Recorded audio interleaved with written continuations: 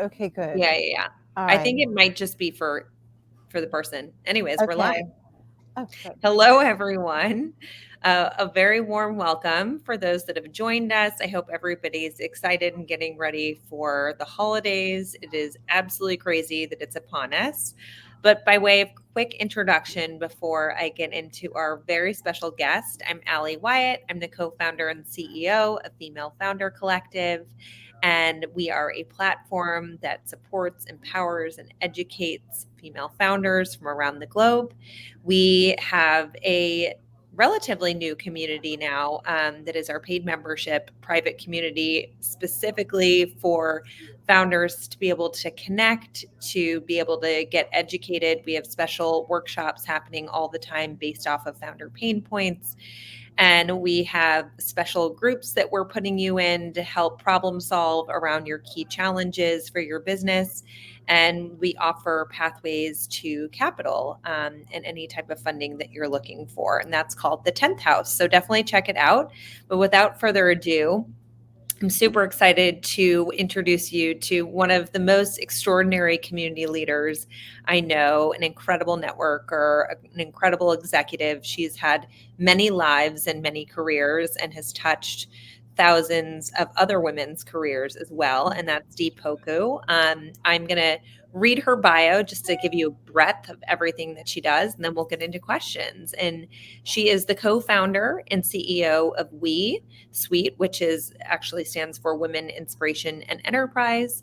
It's a membership platform for women leaders that grew from a single conference into a portfolio of 4 brands designed to advance and connect women in the workplace. The WE Network, which you can apply for, we'll have Dee share how to do so. I'm a member, Rebecca's a member, and it is truly extraordinary, life-changing, transformative for all the women that are part of it. She also has the other festival that I don't know if you're still doing, Dee, but that was a truly epic event. And I think we might have lost her. And she'll be coming back, I'm sure, in just a moment. A dinner for ladies and Black women raise. Connecting people is her job. But before that, Dee was the founder of Right Angle, which was a marketing consultancy firm that focused on strategic partnerships. She also spent 15 years as a Hollywood executive at Paramount Pictures. Don't worry, Dee, I'm still going through your illustrious career. And then Focus Features, and she oversaw the promotions for films such as Al Gore's An Inconvenient Truth, Sofia Coppola's Lost in Translation, and Ang Lee's Brokeback Mountain. Um, Dee has a very fun fact in that she went to university originally to study electronic engineering.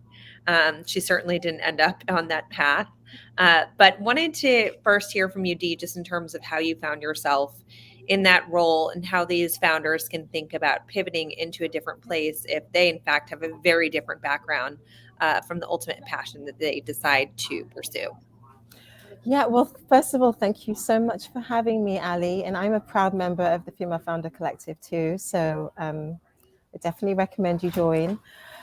Um, one thing that I love to say to women who are coming up in their careers is that you don't have to figure it out all at once. So I think that we all have this fear that if we haven't worked out like exactly where we want to be and like what our passion is and with a sort of game plan to get there, that somehow we failed or we're going to fall behind.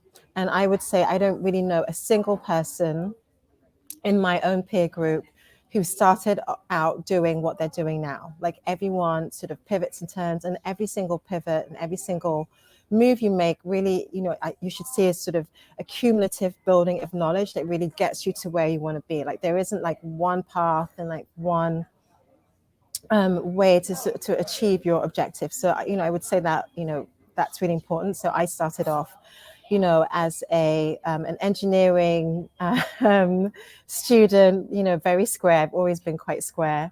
And You're not square. I think you're oh, maybe one of the furthest people from square. A hard worker for sure, I've but just, I just mask it on the outside, but inside there is a nerd cowering, waiting to be found out. um, And so I would just say that throughout my career, I've just kind of followed my instincts. So I started in fashion. I learned a lot from that experience. I moved into the film business, which is where I spent the bulk of my career. I learned an incredible amount from that experience. And now I run this sort of network for women in leadership. And they were all building blocks. So I would just say, like start with what feels right at the time, and like where your instincts and your immediate skills are leading you. And then just sort of be open to the possibilities and to opportunities as they come up.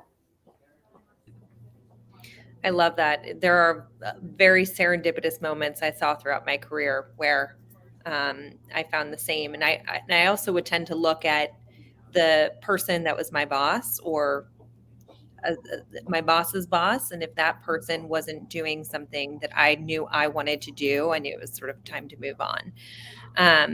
But that's super helpful in terms of your career in Hollywood. Obviously, it's an industry that's incredibly dominated by men. Can you talk to us a little bit about what you experienced there and how that informed ultimately what you decided to create in WIE, and some of the takeaways that you've been able to garner too from the experience of building WIE, and how women have been able to be helpful to one another? Sure. So yes, I started my career really in the entertainment industry. It is a very cutthroat environment, and I had to think on my feet, all the time. I had to be sort of very protective of my space and of my role, and it was really an environment that was, it was sort of driven by fear. Everyone was sort of afraid of failing, afraid of their jobs being taken away. It was rampant with sort of sexual harassment and bullying and all sorts of things. But I also, in amongst all of the sort of chaos and all the sort of craziness of Hollywood, I really also loved what I did. So I love movies so much. I will sit in a movie theater all day and watch 5 movies back to back. I'm a creative and a marketer. I can sort of see a film and really sort of understand like who should see it and how to get to them. So I was doing something I loved in a crazy environment. And so I lasted, a fair amount of time. But I do know that there were sort of so many lonely moments, and I just encountered, several situations where I didn't necessarily know how to, navigate situations. I didn't, know how to deal with sort of difficult bosses or like just situations that arose. And I wished I'd had access to a peer network.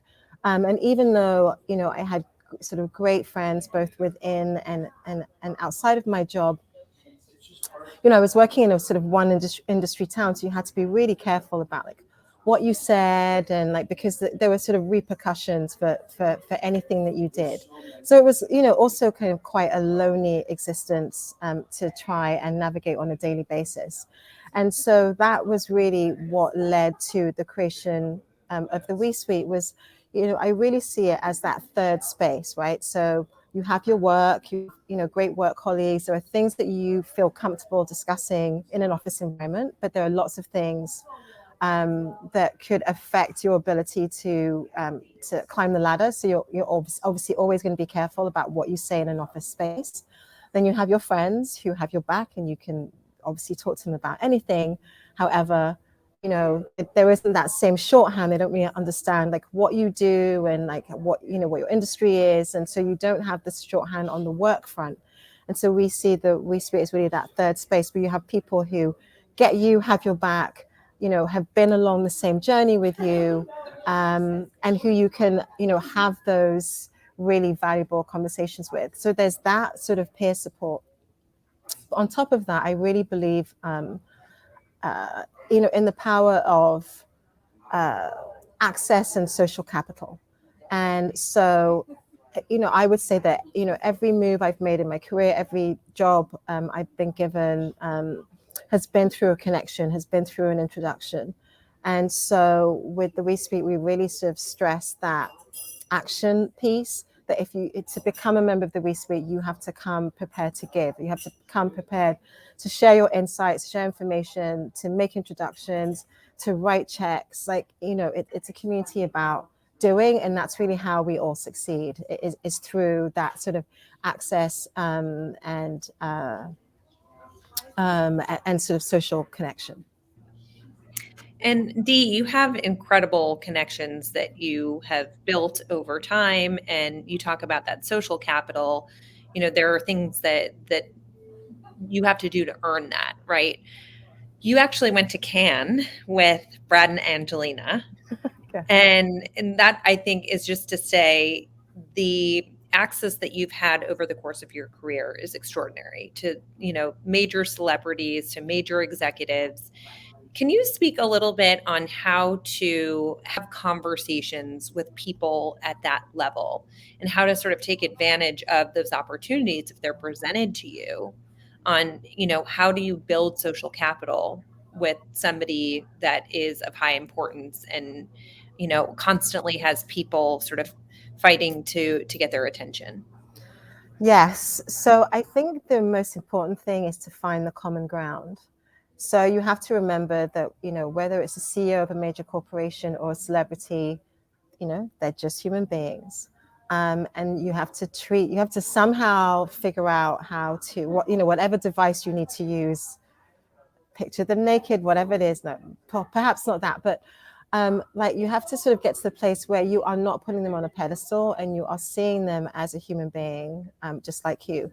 And then you need to find that common ground. And that really applies to any relationship that you're trying to build, right? And so, what is the thing that binds you together? Like, what is the commonality that you share, that you can use as a conversation opener? And if you can get to that point, with that person, then, then the sort of the barriers fall away, and you're able to to speak to one another, sort of human being to human being.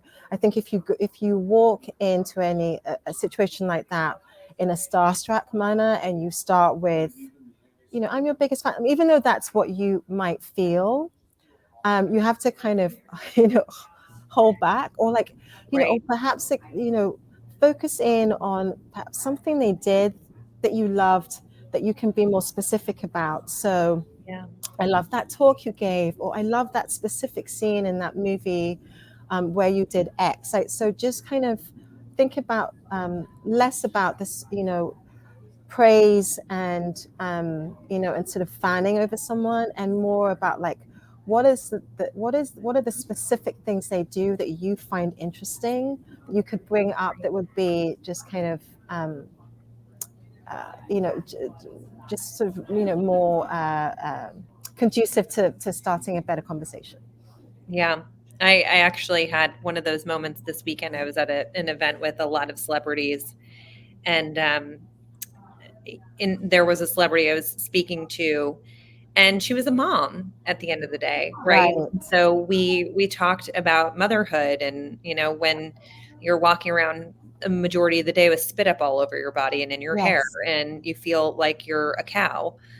They have, like you said, they're humans too, and they have those feelings, and so it's so true. Just finding that common thread, and then looking at them as humans, not somebody from another planet or something.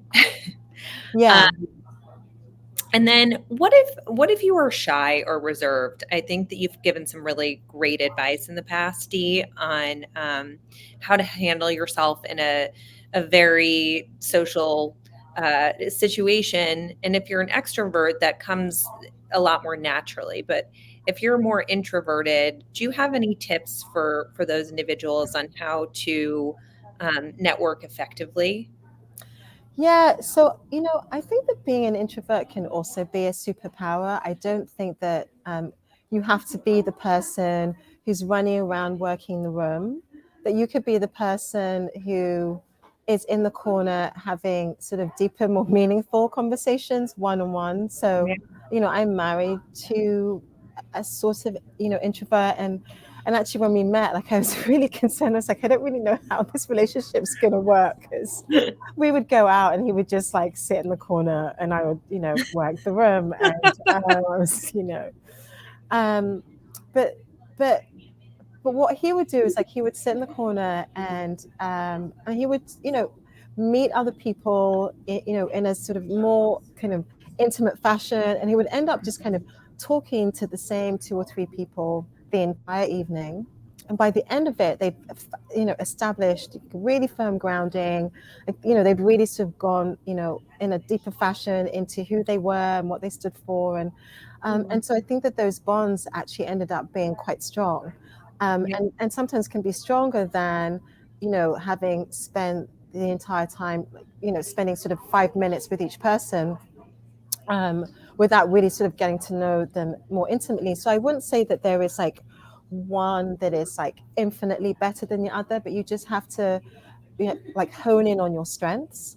I always tell, anyone who's shy or an introvert, just to avoid having to walk into sort of crowded situations. I always try and get to places early so that you have a little bit of time to acclimatize yourself. It means that when people are coming into the room, they're walking towards you, as opposed to you having to walk into a room and figure out which conversation or which grouping to interrupt. So I think it's always good to like get there early, find your footing.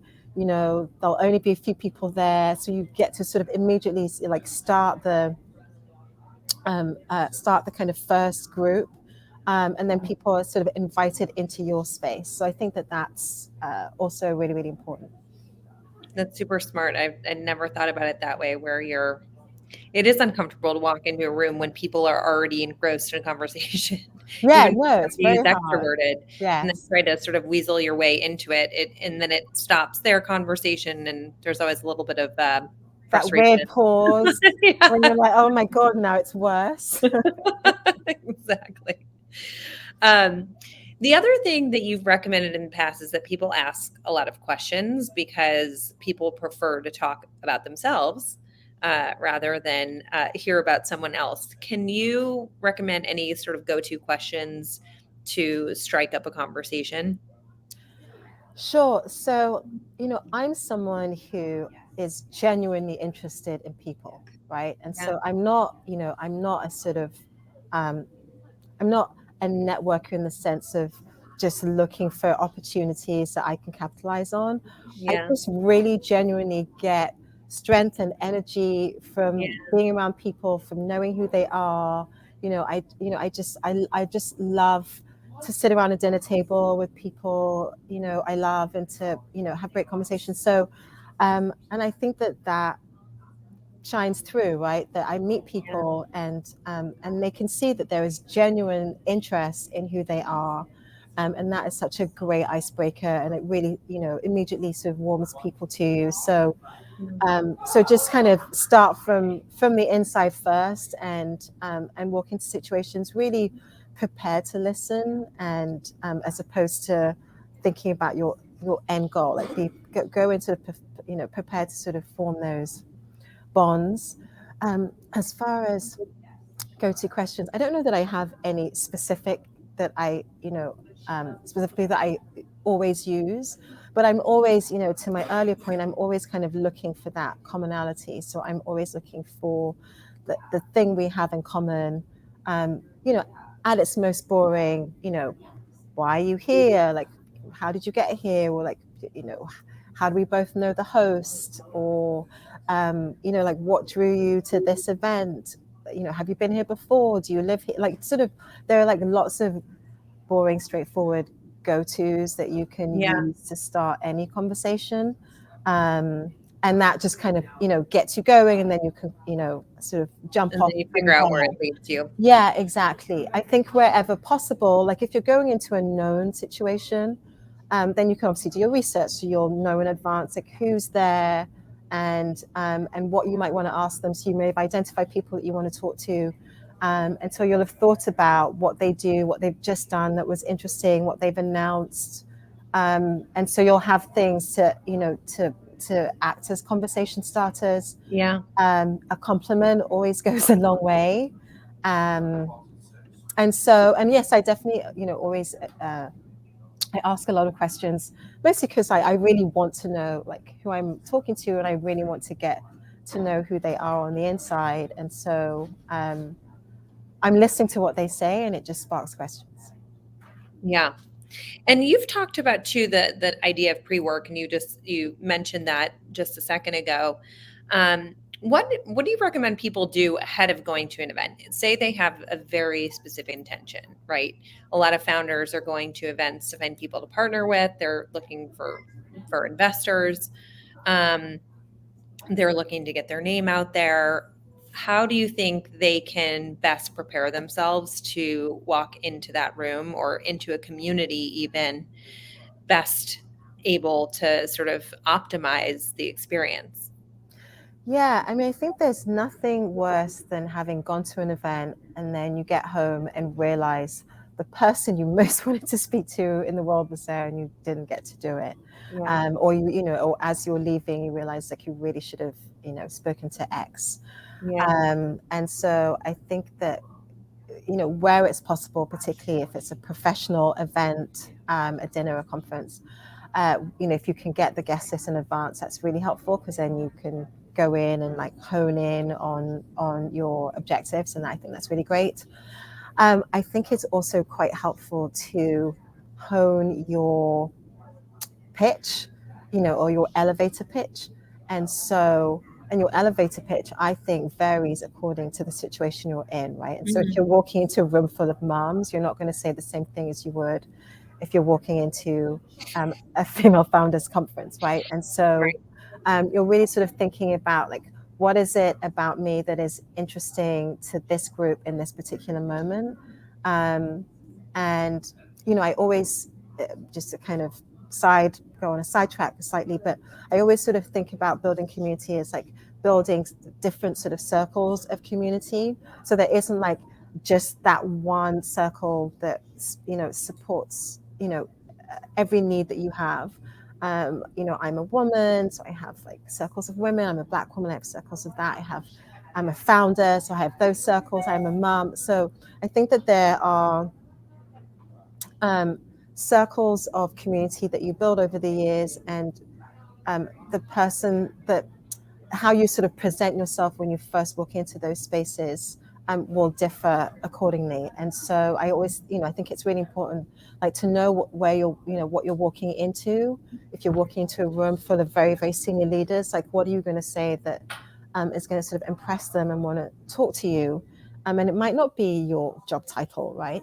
You might not want to walk into the room and say, hey, I'm a junior executive in a room full of senior executives, but you might want to walk in and say, hey, I am an AI expert, or whatever, right? Like, what is like the interesting thing that would spark their interest in who you are?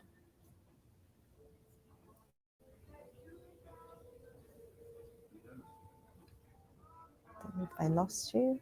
Did I freeze?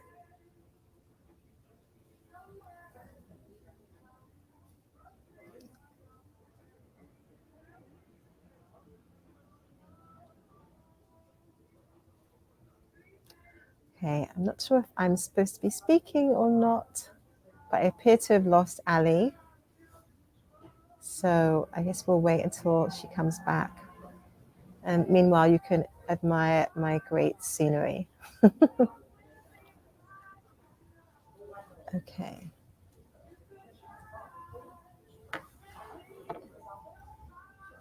Oh. Hi. Hi. I could hear you for a sec. Did I I go missing or you went missing? I think I saw both of us black out for a second, so I'm not Yes. sure what Okay. people saw or missed. Um, Okay. but alas, we're back. I'm not sure what happened. Okay. Um, where were we? You were answering the So question, you had asked a question about how to prep how to prep. before Yes. going into spaces. Yep. And then the next question I had is on the back of an event, or even not even an event. It could also be you meet somebody or you have an introduction. It's a Zoom meeting. I want to talk about follow up because I know that's a super important piece of the equation for you. And I think for most professionals that are looking to actually get something out of a relationship in particular, or even form, even if it's on the personal front, a strong relationship. What do you ensure? What do you suggest founders do specifically to ensure they sort of get a return on the investment that they put into these relationships? So I think when you've met someone new, obviously the first thing you want to do is follow up with a note. And I would do that quickly before that momentum is lost. So it was great to meet you. I loved our conversation about X.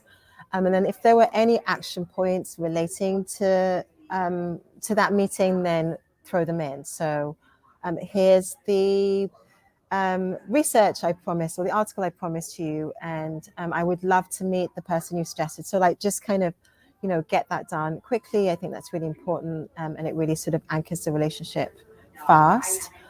And then you just want to sort of stay in touch, and especially if it's like someone you've just met once, like it's really Yeah. important to check in again, in a few weeks' time, follow up with something else that might relate to something you had discussed, invite them somewhere, if that makes sense. So it's sort of depending on who the relationship is, and just like where you want to take it, you may be more or less aggressive. I mean, Yeah. the easy things obviously as well to kind of follow them on social media. I think social media is a really easy, lazy shortcut to maintaining relationships, because you can just become Facebook friends and like all their baby posts, and like it just feels, like it feels like you're present without, having to do much. And I've definitely been using LinkedIn a lot for professional relationships and follow up, and it's just really helpful to know what people are doing professionally, to have that available to you. Yeah, that's it. The world has gotten easier in that respect, Yes. easier and harder. But I Yes. was just talking about Rolodexes with somebody the other day. Can't imagine. I used to have like three sitting next to each other that you would just flip, flip, flip. I know. I And mean, even just saying the word Rolodex to a millennial or Gen Zer, I feel like a dinosaur. exactly. Um, And then I think the other question for you is for these founders looking for investors, advisors, when they're sort of being very intentional about forming their support network, how do you suggest they look for those people? Like, how do you think about forming the individuals that are within WE, for example, because you've curated an extraordinary group of women that have diverse backgrounds, that are executives and achievers in their own right in various industries, but it's not one industry. And it just creates this really beautiful patchwork of experiences that you bring to the table. How can founders sort of take that point of view and apply it to when they're going and looking for important stakeholders for their business? Yeah. I mean, I would start by saying, if when you're starting your fundraising journey, that's when you're building your network, then you've already lost. And so relationship building happens over, a long period of time. It's something you should just do, it's just part of the course. You should do it always. You know, from your friends at school, your friends in college, like you just kind of keep building, and sort of nurturing those relationships as you go, as opposed to just when you need something. And there's nothing worse than contacting someone out of the blue when you need something from them. It's just kind of not a very nice feeling, for either party. So I would just start by saying that. I think that when you're fundraising, and you're looking for those warm introductions, they can come from so many different sources. So you can't really discount anybody when it comes to that. So, like I will sort of tell everyone like that I come into contact with that I'm fundraising. And what Yeah. you'll find is they'll say, oh my God, you know what? My uncle has a VC fund, or my sister, so you just never really know like where that money intro is going to come from. And so like if you're comfortable just kind of sharing it as you go, you'll find that you'll get sort of really interesting um, intros from like the most random places. And then there's the sort of more formalized way of doing it, which is, identifying the people you want to meet and looking at their LinkedIn and looking at their portfolio companies and figuring out who you might know or who you might have a connection to through that and reaching out to them. And even in those situations, I never recommend like just making that ask up front. Again, I just think it depends on the person you're talking to. And I think maybe generalizing, men respond, differently and perhaps more positively to that Upfront. more direct Yeah. ask. But I would say it's, much better to reach out and just, suggest you catch up. Yeah. And then, in the course of that catch up, you'll update them on what you're up to, and then that feels like the right time to ask for the intros as opposed to doing it, on that Right out of the gate. Exactly. So yeah, and I think other founders are obviously like the best and easiest way because they have relationships that sort of transcend yours, in sort of multiple. So there's a founder who has another founder circle, and like there's just that kind of ricochet effect. So wherever you can, like join founder groups, like Female Founder Collective, or where you can sort of kind of tap into that, that sort of network effect. Yeah. And then Dee, the last question for you, and it's something that so many founders struggle with. I mean, you have 4 sub companies. You have this extraordinary community that you keep very engaged. You have a child. You are, an activist. You're so engaged in so many places.